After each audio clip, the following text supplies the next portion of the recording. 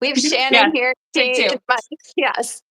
She is the co-host, which is wonderful because she does not have a health background. So she's here to ask the questions, kind of take conversation into a deeper level. My name is Hannah. I'm a registered dietitian, founder of a business called Wholesome Endeavors, where I advocate for disease prevention through helping people with consistency in their relationship with food. So, today I thought it would be worthwhile to talk about detoxes and cleanses and the things that maybe are like dangling carrots and just give you my unbiased perspective of like should you, shouldn't you, yes, no, go, stop, and we'll see what comes up. So, Shannon, have you ever been tempted to try a cleanse or have you in the past? I could say because they're very common. So, I haven't done one, but I have certainly been tempted for a lot of reasons, but have not committed. mhm. That's what tempts you. What makes you think that you want to do it? There are times where I'm like, I could shed a couple pounds.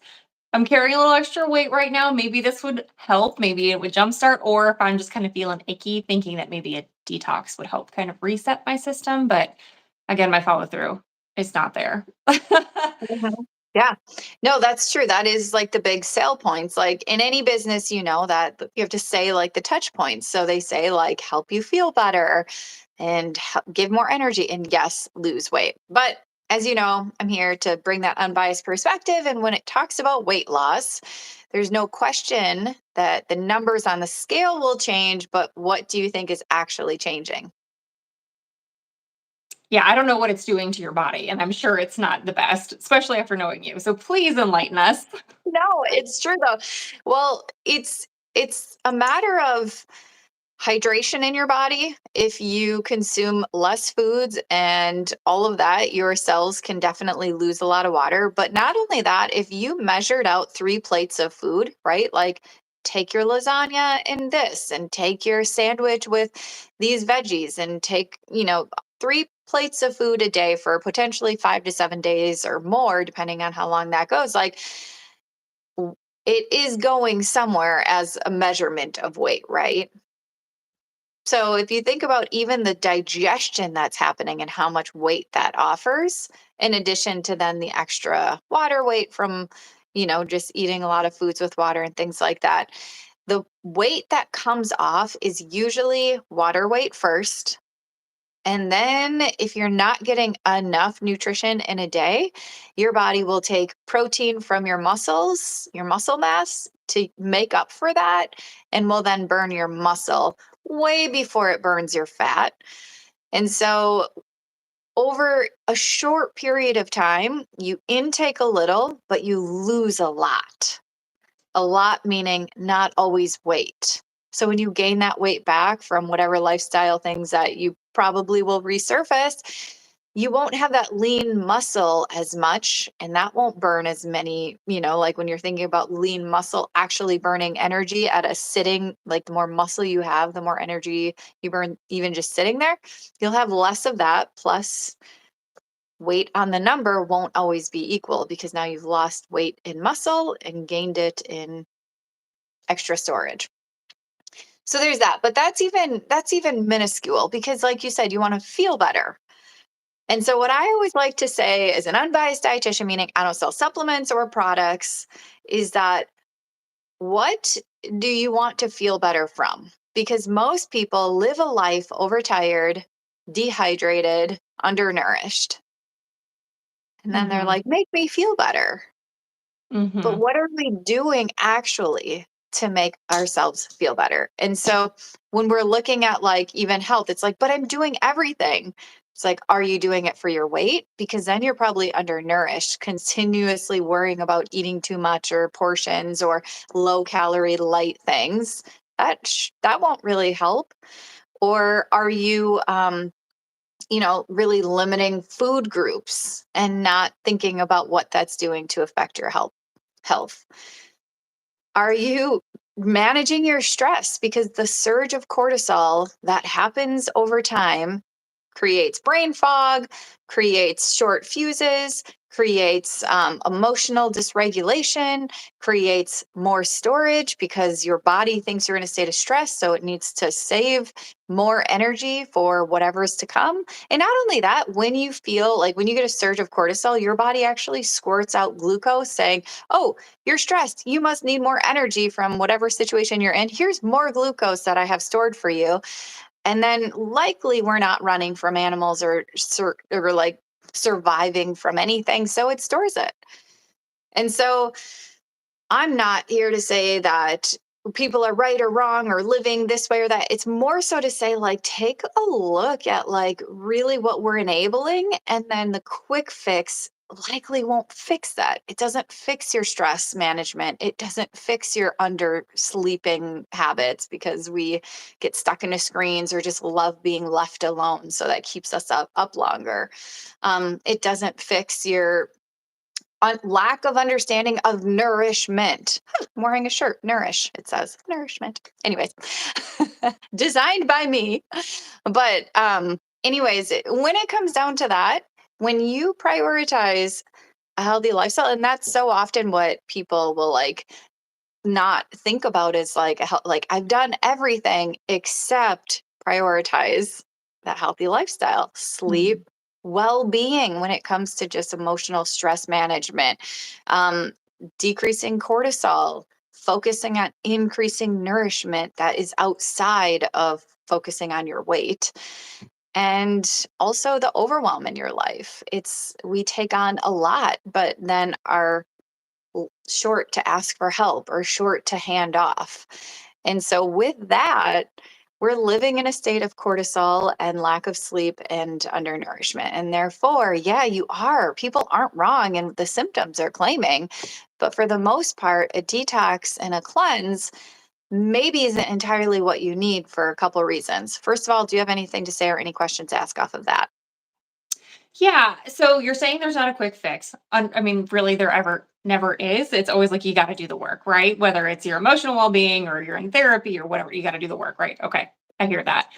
But is there anything when someone's like, I feel really sluggish, I need to start feeling better? What are a couple of things or a couple of areas that they can target to start feeling better and get out of this kind of slump of, Hmm. just ick? Yes. Yes. Mm. So to start, and I'm going to answer your question in a like progressive way. To start, we forget that our body is literally designed. The whole thing is literally designed to detox us and to heal us. And even when we're sitting here, we are detoxing and we are healing.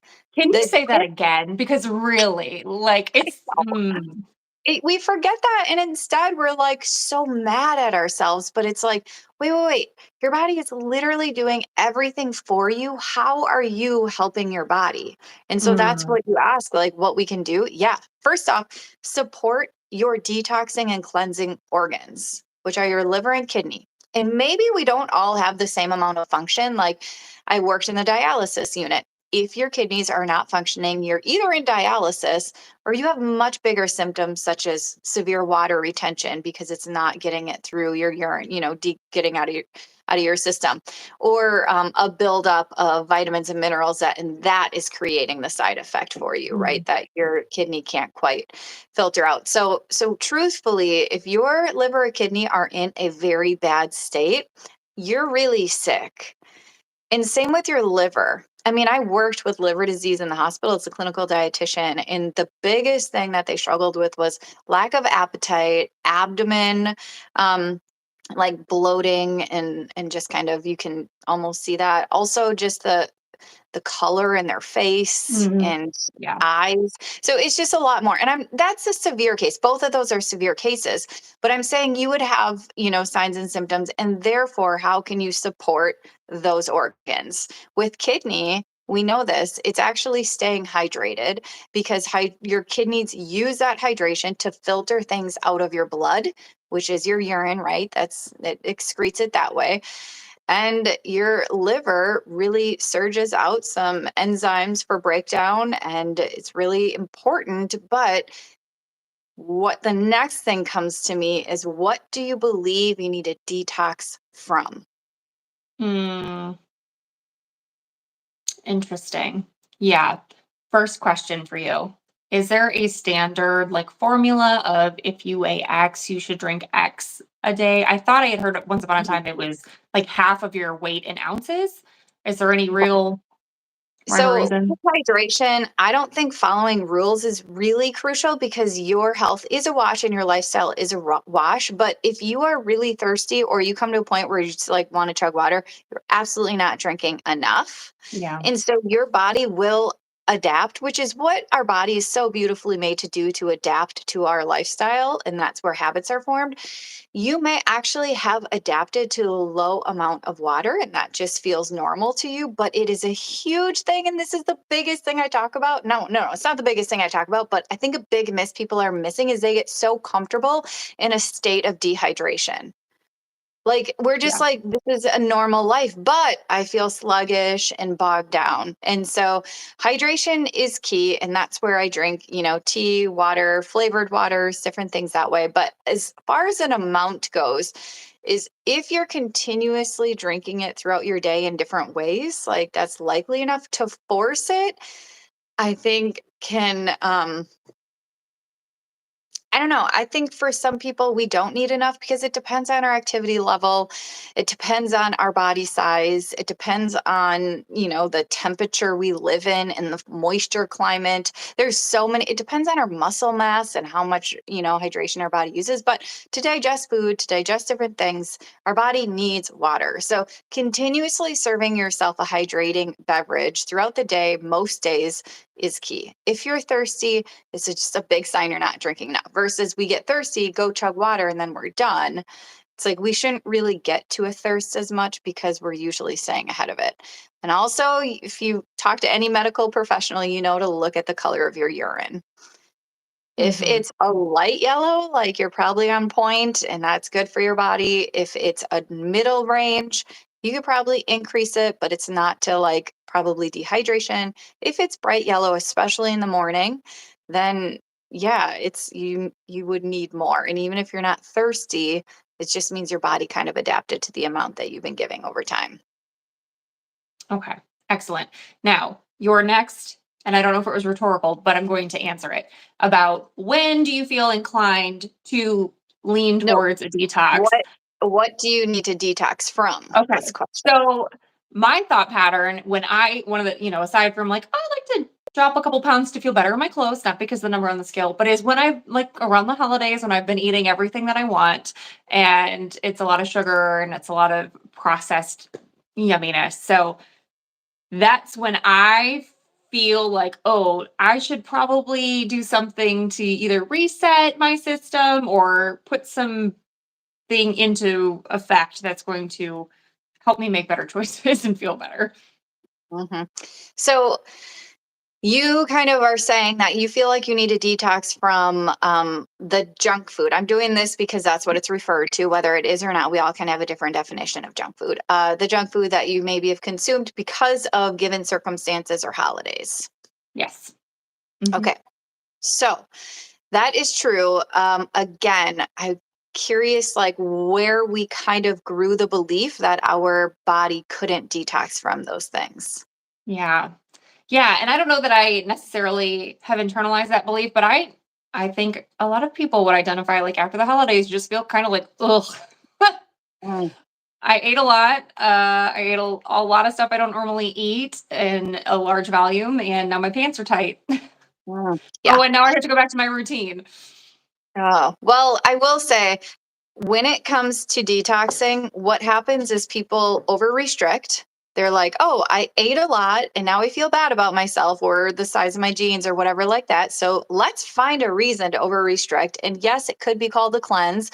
But what we do is then we over restrict and we just prioritize like juices or just fasting or supplemental things. But a couple of things to say here. One is that not only are you detoxing from those types of things that you believe you shouldn't have, which isn't, that's like arguable, right? You also are not consuming the very things that support your detoxing organs. Mm, nutrition. Like, what do you think supplement, not you specifically, but what do you think supplements are made of? Plant. They're derived from plants. So you're missing out on literal things like vitamins, minerals, phytonutrients, anti inflammatory, all the things that heal your body and support your organs. So, mhm. therefore, it's a matter of like, what if we just eat less of those things that you need to, or that you feel you need to detox from, but increase the things that support your detox organs? Mm, Also, keep your muscle mass. Also, not screw with your relationship with food. Also, right? offer disease prevention in your life and healing properties such as anti inflammatory. So, there's one thing.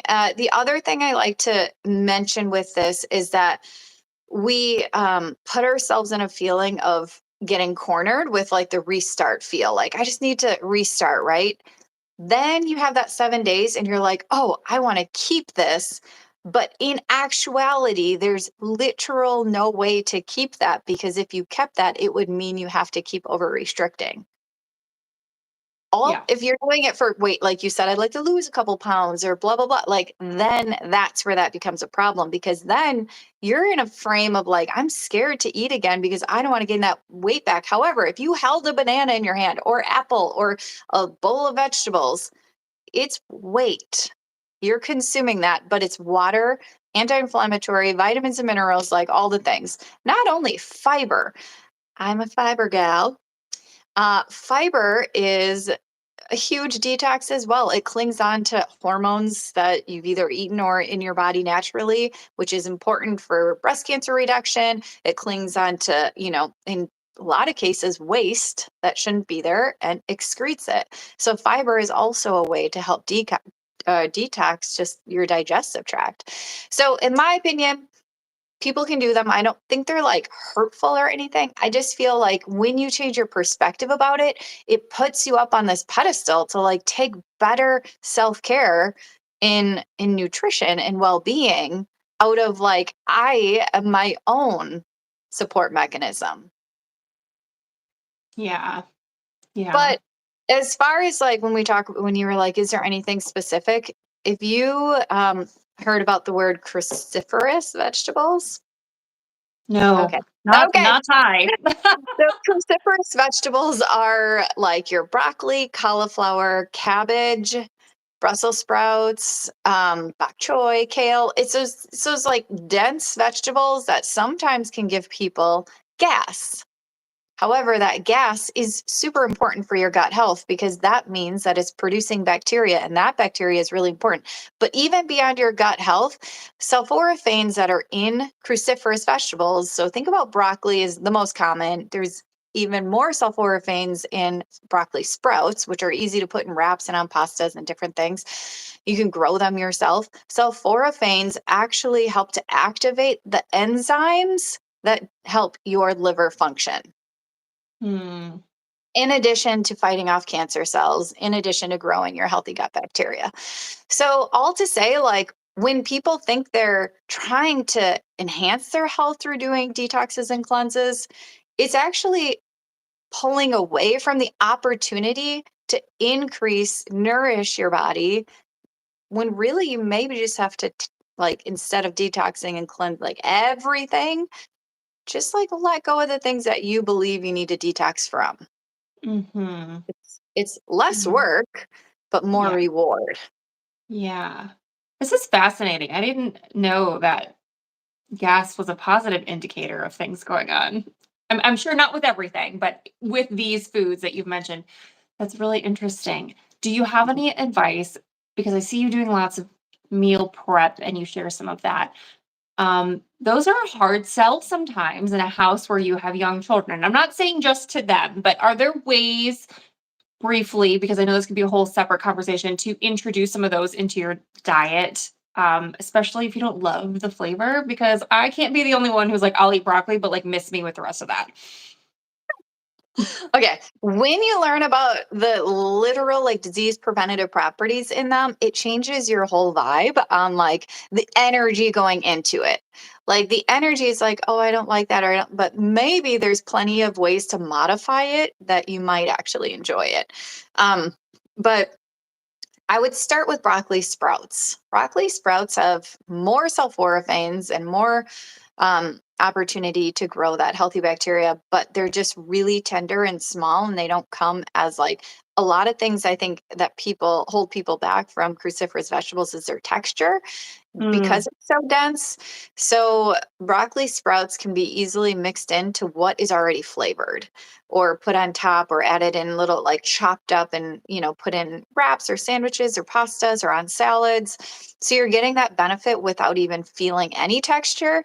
And if you notice the taste a little bit, like you can easily overcome that with like the taste of other things you're adding to the pasta or the sandwich or salad. So I would start there. And then don't hide it always. Like if you are a mom or something, like it's instinct to like hide nutrition, but like tell them like, oh, these are little baby broccolis. And like the more they get comfortable with that, the more then they're open-minded to actual broccoli. The other thing is so common people do half Brussels sprouts. Broccoli florets or cauliflower florets. But what if you would just like actually shred them or like really tiny pieces. You can bypass the texture thing and likely tolerate the flavor because you can again flavor it with like a little salt or pasta sauce or mix it in with, things like that. So between that, you don't have to eat all cruciferous vegetables. Variety is great, but really just incorporating some of them somehow over time is really beneficial. So I like Brussels sprouts, same thing. I finely chop and then I mix in stir fry or I mix in, small cold salad. Like you literally have no idea you're eating it. thank you. That was, and I know it comes so easy to you, but it's like, Yeah, I get it. oh, Yeah. cut it up into the smallest pieces possible and mix it in. Beautiful advice. I love that. Especially if the You, kids can't see it, even better. The smaller, the yeah. better.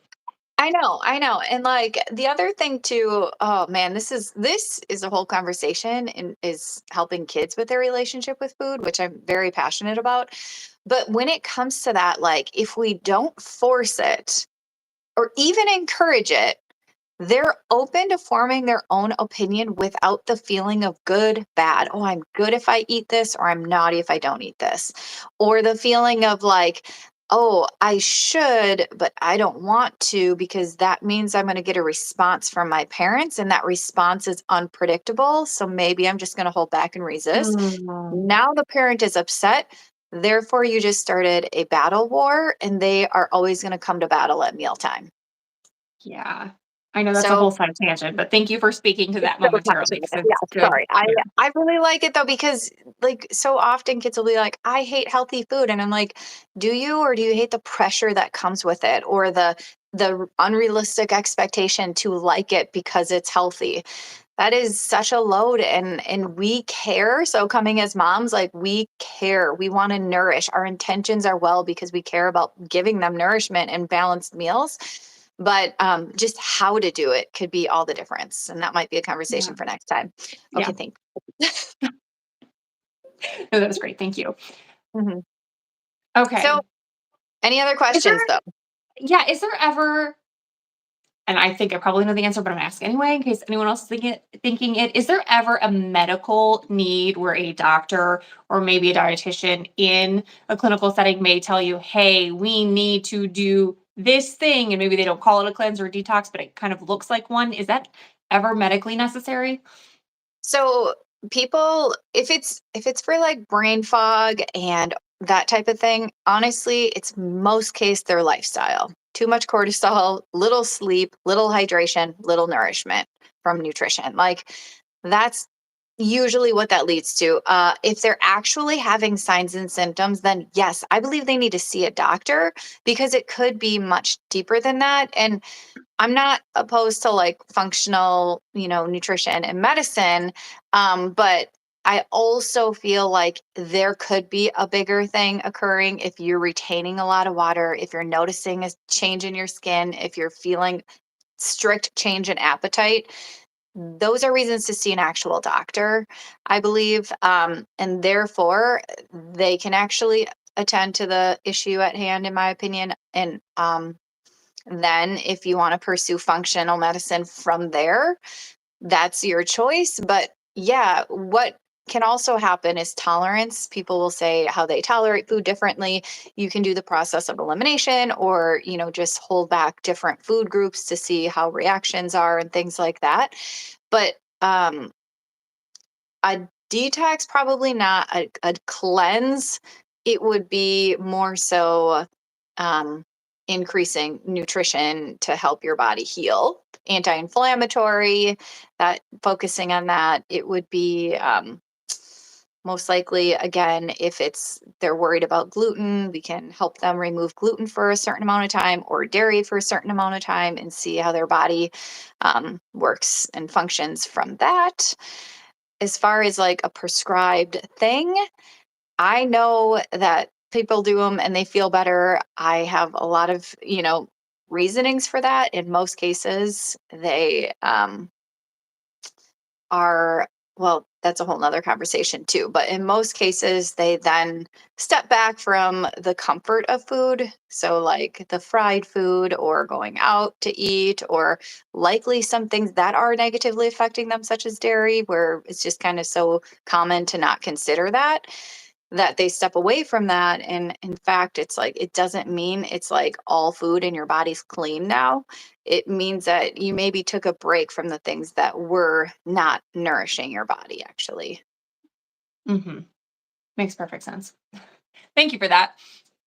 I tend to give long-winded answers because it's not just like we're all different, and that's a Right. blessing, but it's also really confusing. But you'd be surprised in our health journey how much focusing on well-being can make all the difference, but that's not entirely normalized in society. Like, it's not our first go-to, like, let's check my stress level, let's check my overwhelm, let's check my sleep, let's check my hydration, let's check my nourishment. Like, that's not the go-to. The go-to is like, definitely something's wrong with me and I need something to fix it.